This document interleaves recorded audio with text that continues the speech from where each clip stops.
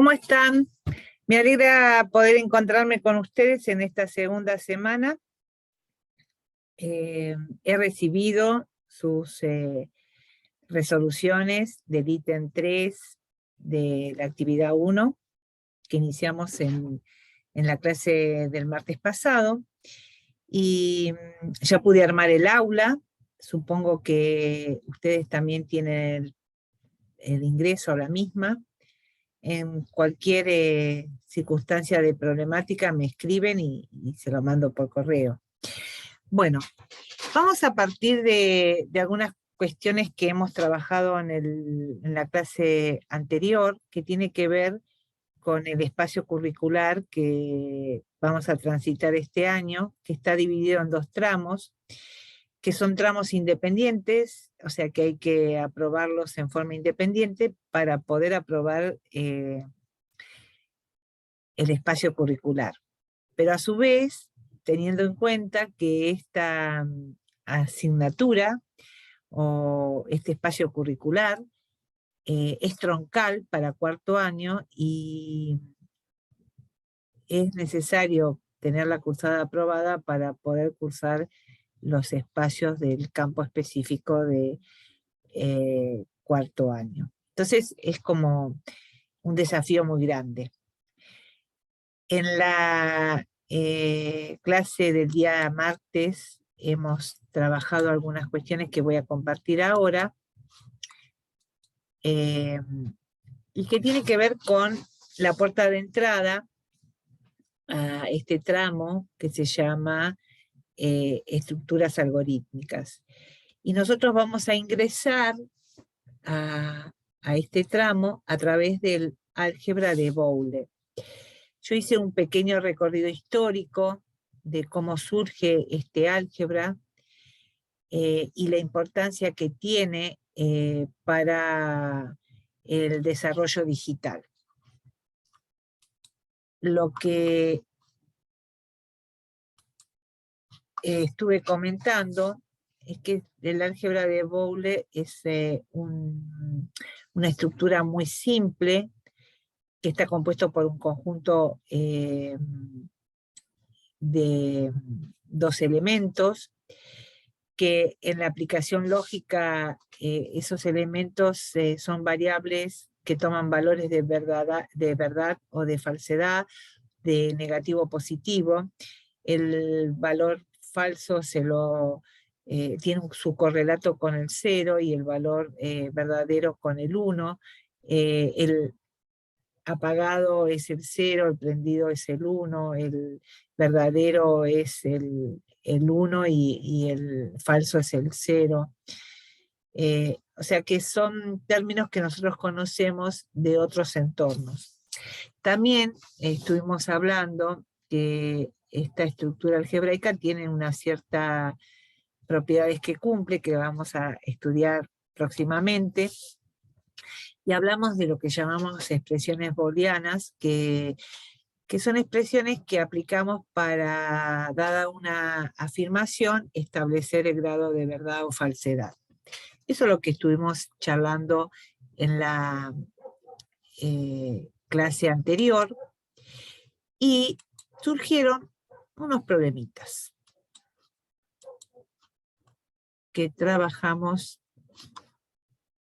y que voy a compartir con ustedes.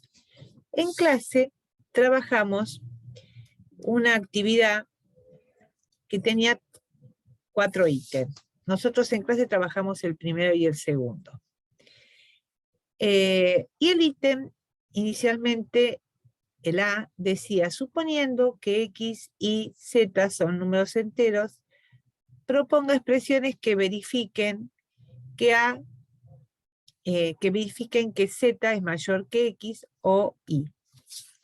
Bueno, esto no sé si era porque era la primera clase, porque nos agarró descolocados, pero nos generó así como dudas. Empezamos a recurrir a los números que conocemos para encontrar una relación. Y ahí yo fue cuando les recordé que todo problema cuando se resuelve, uno tiene que partir de ciertos momentos. El primer momento tiene que corresponder a qué dice el enunciado. El segundo momento corresponde a qué me dice el enunciado y el tercero a qué nos dice. ¿Qué significa esto?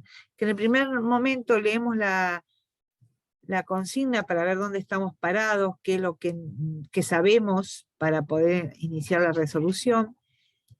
Y después hay un segundo momento en que tenemos que estar nosotros solos con el problema y pensar cómo lo resolveríamos, para tener un tercer momento donde no vamos a estar con el otro y vamos a hablar de qué nos dice a todos en forma conjunta, con lo que nosotros hemos pensado así en forma individual, en soledad. Entonces, si partimos del primer momento, ¿qué implica suponer que X y Z son números enteros? Implica que estamos en un campo específico de la enseñanza de la matemática, que es el campo del álgebra. Eso por un lado. Por otro lado, que el álgebra es generalizada y los valores que toma, que pueden ser letras o símbolos, son cualquier valor del conjunto numérico, en este caso de los enteros, pero puede ser de los naturales, de los enteros, de los racionales, de los reales, de los complejos. O sea que no vamos a ir a ejemplos numéricos para resolver esto. Eso es como algo importante, ¿no?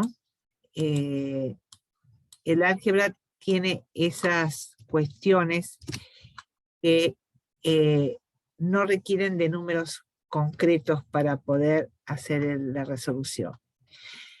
La segunda cuestión, que tiene que ver con mis saberes previos, es ¿qué significa que Z sea mayor que X o que Z sea mayor que Y? Bueno, en el conjunto de los números enteros existe una relación de orden. Esa relación de orden cumple ciertas propiedades. En principio, el orden puede ser menor igual, menor, mayor igual, mayor.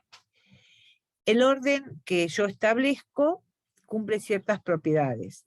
En principio, siempre la relación de orden dentro del conjunto de los números enteros es una relación transitiva. ¿Qué significa? Que si un número entero es menor que otro y este es menor que un tercero, el primero siempre va a ser menor que el tercero.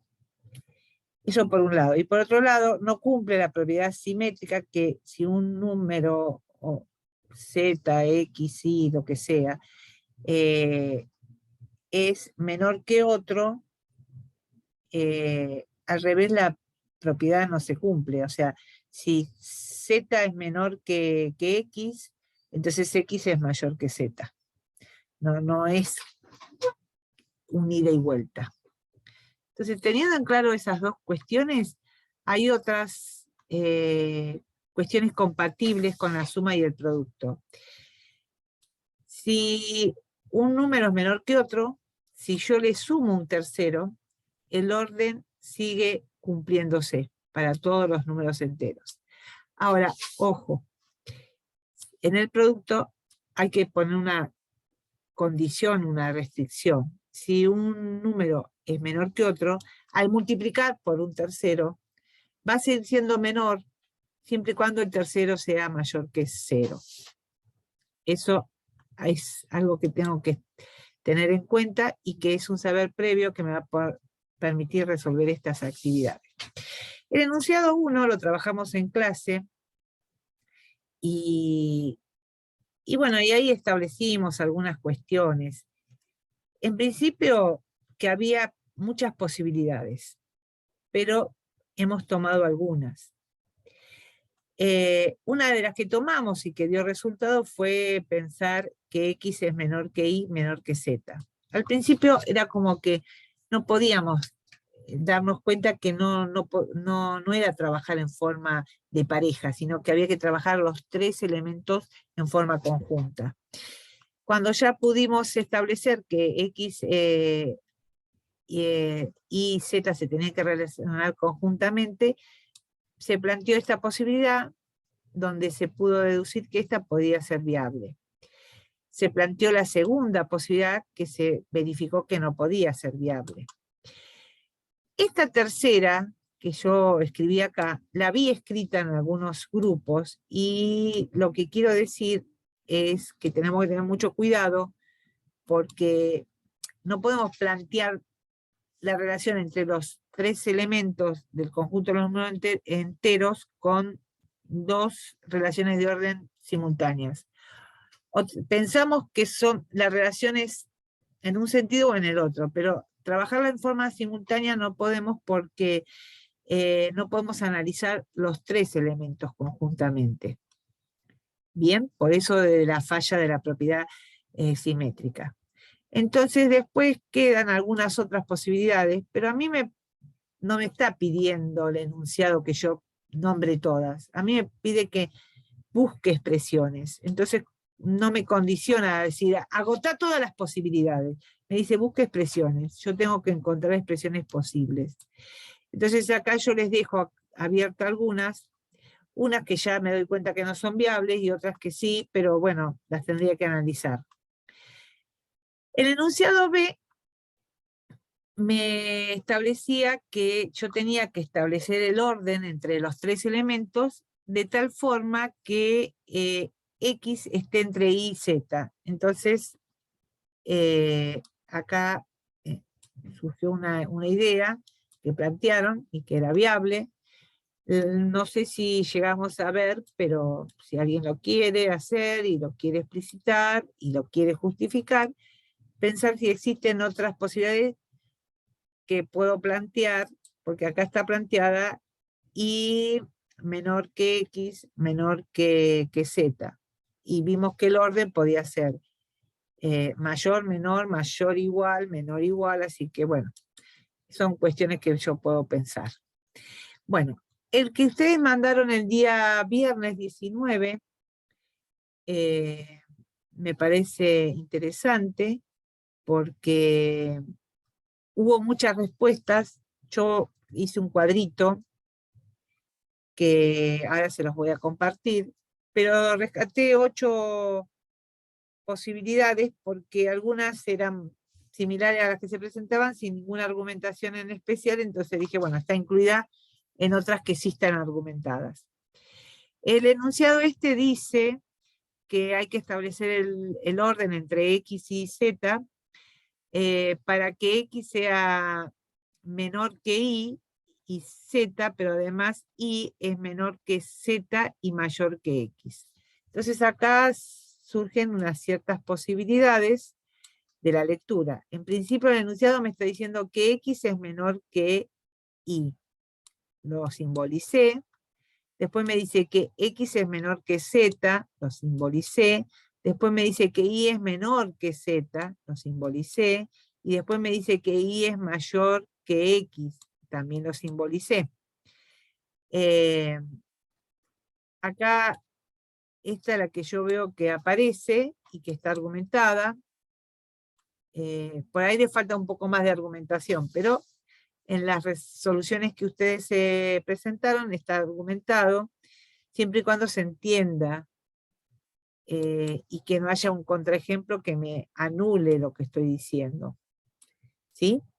Bueno, y después quedó el enunciado que quedó en el tintero, el enunciado D, que dice que hay que establecer una relación entre X y Z, de forma tal que X sea menor que Y, más Z, ya pone otra condición. Al decir X es menor que Y más Z, me está diciendo en simbología que X, tengo que saber escribirlo, que X es menor que Y más Z.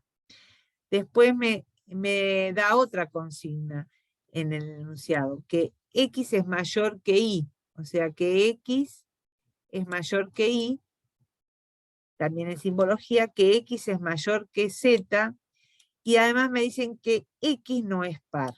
Y ahí establecí otra cuestión que tenemos que recordar, que si un número es par, es del tipo 2m, y si es impar es de 2m más 1. Eso se plantea para los m pertenecientes a los naturales. Cuando yo lo establezco con respecto a números negativos, tengo que establecer el m con respecto a los números enteros negativos. Entonces, para que este enunciado sea posible, podríamos partir de estas dos consignas y establecer si es viable o si hay algún contraejemplo que me muestre que no es viable, y si tengo que condicionar los X, Y y Z a algún subconjunto, o sea, ¿será viable para todos o para algunos subconjuntos? Entonces, este enunciado, el D, queda para construir en la clase de hoy. Es decir, que hoy, hoy 26 de abril, teniendo en cuenta lo trabajado en el 19 de abril, vamos a redondear esta idea en forma conjunta, porque algunos ya me mandaron también respuesta de esto. Vamos a redondear estas ideas, pensarlo un poquito en soledad y trabajar con el otro como para que el martes próximo, o sea, les digo qué día, por las dudas, el martes 3 de mayo, que vamos a reunirnos en el instituto, por grupo planteen cómo resolvieron esta situación. Y vamos a darla por finalizada. El trabajo con estos enunciados. Bien, acá dejo de compartir y la idea entonces es que ustedes en la clase de hoy primero piensen en soledad el punto D y después se reúnan con sus pares, su grupo, el que establecieron el otro día, no el que ustedes quieren. O sea, el otro día nosotros nombramos 1, 2 y 3, entonces seguimos trabajando con mis compañeros de 1, 2 y 3. Yo sé que ustedes tienen grupos de trabajo en forma de compañerismo, de afinidades, pero en clase yo establecí 1, 2 y 3 y armamos grupos donde estaban todos los números 1, todos los números 2 y todos los números 3. Entonces, en esos grupos que establecí, van a resolver el ítem D. Supongamos que alguno faltó. Bueno, se suma a un 1, a un 2 o a un 3, pero no armen grupos nuevos, porque así podemos seguir pensando como pensamos en la primera clase.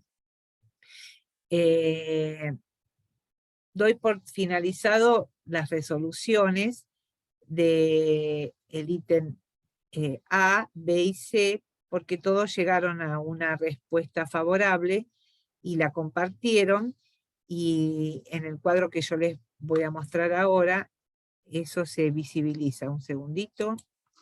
Acá.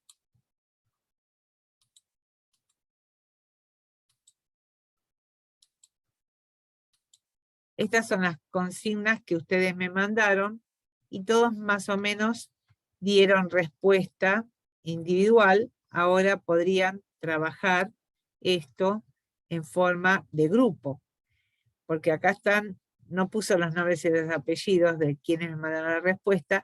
Algunas faltan, pero no es que falten porque no las mandaron. Yo recibí todas las respuestas. Lo que yo hice fue aquellas que no estaban, que solamente ponían la resolución simbólica y no hacían ninguna algún comentario de la consigna pensada, y algunos se hicieron con ejemplos numéricos. Entonces yo no es que las descarté, sino que las pensé dentro de, bueno, este pensó una resolución parecida al 1, al 2, al 3, entonces no vale la pena que la resalte como una posible. Pero bueno, sé quién me mandó cada una de las respuestas y estoy agradecida porque han entrado en el ritmo del trabajo. Bueno, Hoy también, o quizás mañana, ya les comparta la segunda parte de la clase 1, o sea, la parte que tiene que ver con el desarrollo del álgebra de Boole, y el viernes tendrán ya espacio para trabajar la consigna de la actividad 2, pero eso no está pensado en esta clase. En esta clase hay que abocarse a terminar con la consigna D de la actividad 1, a partir de las especificaciones que les hice, y bueno, argumentar el punto C, o el ítem C de la actividad 1, que ya la trabajaban en forma individual. Que tengan una excelente tarde, y bueno, espero en este foro que tenemos algunas producciones del trabajo por grupo de la actividad 1, de las 3 primeras consignas, y el avance sobre la consigna 3, que la vamos a poner en palabras en el encuentro presencial.